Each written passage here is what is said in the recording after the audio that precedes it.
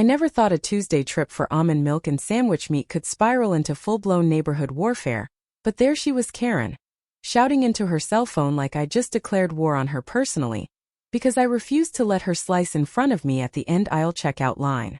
It started with a subtle glance in the fluorescent-lit aisles of Maple Grove Market, my cart laden with predictable weekly staples. I heard the squeak of her two polished designer flats as she approached from behind, clutching 3 overpriced artisanal loaves of bread and a basketful of organic kale. She hovered a foot behind me, tapping her brand-new manicure against the handle, while I scanned my phone for the total. "Excuse me," she said in that clipped tone reserved for people she deemed beneath her. I didn't react, busy comparing prices on Greek yogurt. She sighed, dramatic enough to echo off the cereal boxes before leaning in. "You know I have 5 kids. I need to get in line now." I looked up slowly, recognized her immediately. HOA President Karen Thompson, infamous for sending passive-aggressive letters about lawn heights, and shook my head like I had no idea who she was. That's when she snapped. She swung her cart around, blocking my path, and hissed, "I said I need to get in line." I met her glare, calm as a winter's lake. "I'm next," I said quietly. "If you had shown up earlier, you'd be ahead." Anger flickered in her eyes. Without warning, Karen dialed 911. By the time the call connected, she was scrolling through her phone, fingers trembling, demanding that the dispatcher send someone because this woman is harassing me and refusing to let me cut in line. A small crowd gathered, 2 elderly ladies with knitting bags, a harried young dad juggling a toddler, and a basket of frozen peas, all staring at Karen's performance. I tried stepping aside to let her finish her call, but she planted both hands on her cart and leaned forward, breath smelling faintly of lavender and entitlement. The manager, Mr. Santos, arrived moments later, uniform crisp, expression weary from decades of Karen conflicts. He raised an eyebrow as he spotted Karen on her phone. "Ma'am," he said, voice measured, "what seems to be the problem?" Karen flourished her phone screen. "He won't let me cut in line." The manager looked from my calm face to Karen's flared nostrils. He sighed. "Line cutting isn't allowed here. Everyone has the same turn." Karen's eyes darted to the exit. "But I'm the HOA president. I pay more in dues than anyone else." A murmur ran through the onlookers. The manager leaned close. "Store policy doesn't care about HOA status." With that, he guided Karen aside and explained the rules again while she scrolled angrily through her phone, presumably posting to her private HOA chat about entitled neighbors. Despite her protestations, the crowd began to whisper in my favor. After all, I'd done nothing wrong. Even the toddler pointed at Karen and giggled. That night, a message popped up in our neighborhood group chat. Aisle 5 incident. Manager bans Karen Thompson from aisle 5. Story inside. I clicked and saw footage from someone's phoneme standing firm, Karen stamping her foot, the manager firmly telling her to shop elsewhere for produce.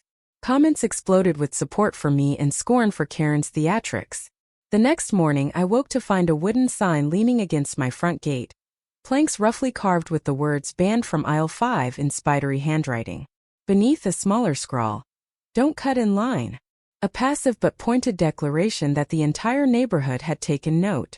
The twist came when Karen, furious at her public humiliation, showed up at my door claiming she had allergic reactions to almonds and desperately needed replacements. She offered to pay double. I smiled and told her the store manager had forbidden her entrance to aisle 5. Her face twisted in outrage as she realized I wasn't joking. She turned on her heel and stormed down the street, shrieking about defamation and preparing another HOA bulletin accusing me of character assassination. But then Mrs. Patel, our elderly neighbor who once tutored Karen's children in math, stepped out and told Karen that she'd witnessed the incident and backed my side. And in a shocking revelation, the young dad from the grocery store, who happened to be on the HOA board secretly because he didn't want the responsibility, publicly sided with me at the next meeting, exposing Karen's pattern of bullying every resident who dared question her. That second meeting erupted. Karen sputtering, her carefully rehearsed speeches falling flat against the unified disapproval of neighbors tired of her drama. She left in a huff, and by sunset, her emails for rule changes were ignored, her authority nullified. The final blow came when the HOA posted this notice on the community bulletin. Effective immediately, Karen Thompson is restricted from aisle 5 incidents and prohibited from HOA communication regarding grocery line matters. Poetic justice served cold. Now every time I shop, someone waves from behind the checkout, a silent cheer. The company even printed reusable tote bags for our neighborhood with the slogan, "No more line cutters," emblazoned beneath the community logo.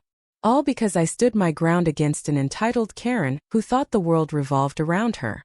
So next time you hear footsteps behind you in line, remember, fairness isn't charity and entitlement never trumps respect. Share your thoughts. Did I do the right thing, or was this too harsh? Let me know in the comments below.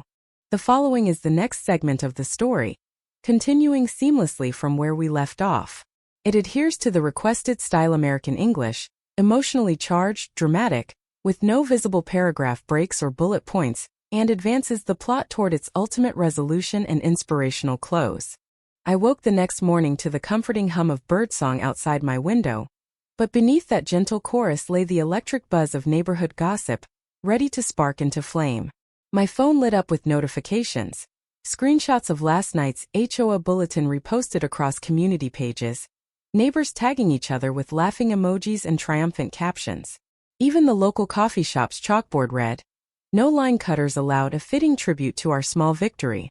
Despite the triumph, a knot of tension coiled in my stomach, because I knew Karen Thompson was not one to accept defeat gracefully.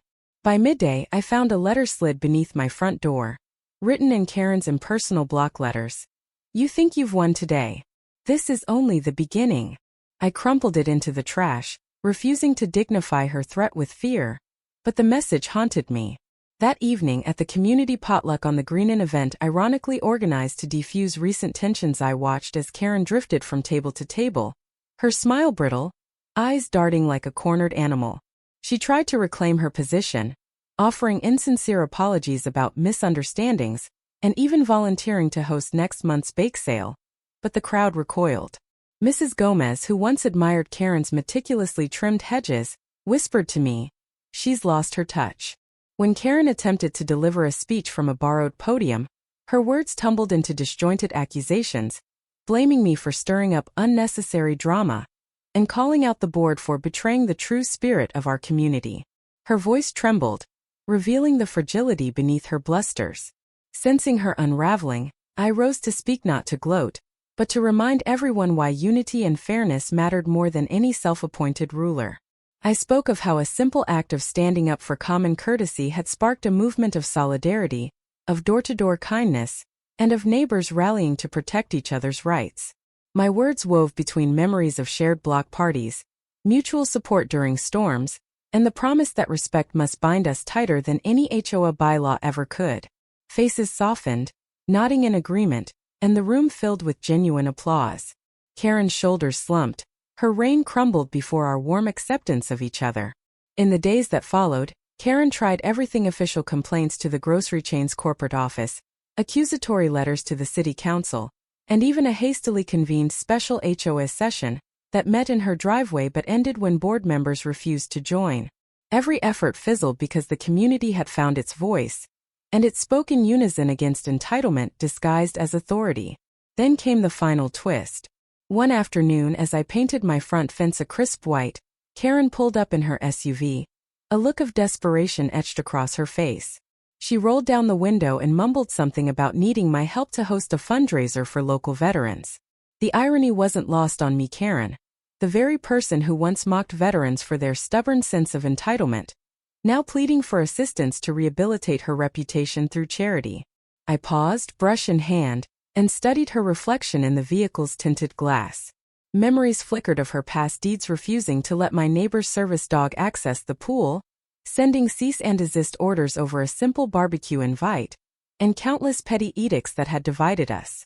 But I also recalled the values I championed: justice tempered with compassion.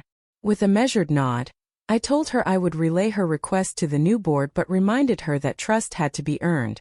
As she drove away, an unfamiliar weight lifted from my chest. In that moment, I realized that our community's strength wasn't just in ousting a tyrant, it was in opening a pathway for redemption, however narrow. Weeks later, I received word that the HOA had approved a joint fundraiser hosted at Maple Grove's Community Center, with Karen relegated to organizer of a single raffle booth, rather than keynote speaker. It was a modest role but a start. On the night of the event, I watched from the sidelines as Karen, fishing raffle tickets from a jar, greeted guests with stiff politeness. She never met my eye, but her forced smile betrayed a glimmer of humility at having to work alongside those she once ruled. The event raised more funds than any previous drive, with neighbors voluntarily donating time and baked goods in a spirit of reconciliation rather than rivalry. And when the final tally was announced enough to fully equip the local Veterans Outreach program, the entire hall erupted in cheers, drowning out any lingering echoes of past drama. Standing in that warm glow, I felt a profound sense of purpose, that even the most entitled among us could be reshaped by collective goodwill and unwavering standards of respect. As we packed up the chairs and stacked the tables, a young neighbor approached me and whispered, "You changed the whole neighborhood." I smiled, handing him the last of the donation envelopes. "We changed it together," I replied. And so, the saga concluded not with vengeance alone, but with the transformative power of unity. Our community learned that when fairness prevails, even the sharpest claws of entitlement are sheathed by the stronger bonds of mutual respect. Now, as I walk past that old wooden sign banned from aisle 5, I see it not as a mark of defiance, but as a testament to what we achieved when one person refused to be intimidated. It stands as a reminder that justice and kindness can coexist, forging a neighborhood where every voice matters, and no one's status grants immunity from courtesy.